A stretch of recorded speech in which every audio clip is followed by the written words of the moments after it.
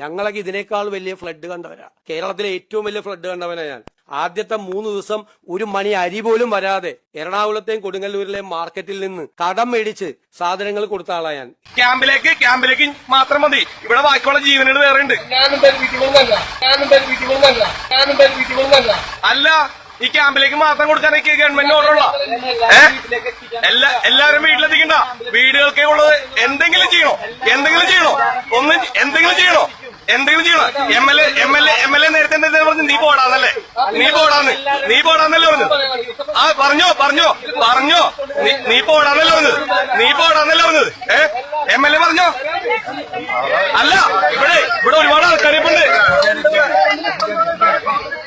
ഇവിടെ ഒരുപാട് ആൾക്കാരുണ്ട്. എം എൽ എ ഇവിടെ ഒരുപാട് ആൾക്കാരുണ്ട്.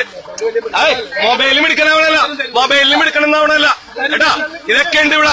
ഒരുപാട് ആൾക്കാരുണ്ട് ഇവിടെ. അവരെ തെറിയും പറഞ്ഞിട്ട് പോയാൽ മതി. കേട്ടാ. ഇതിനെപ്പറ്റി നിങ്ങൾക്ക് എന്തെങ്കിലും പറയാനുണ്ടോ?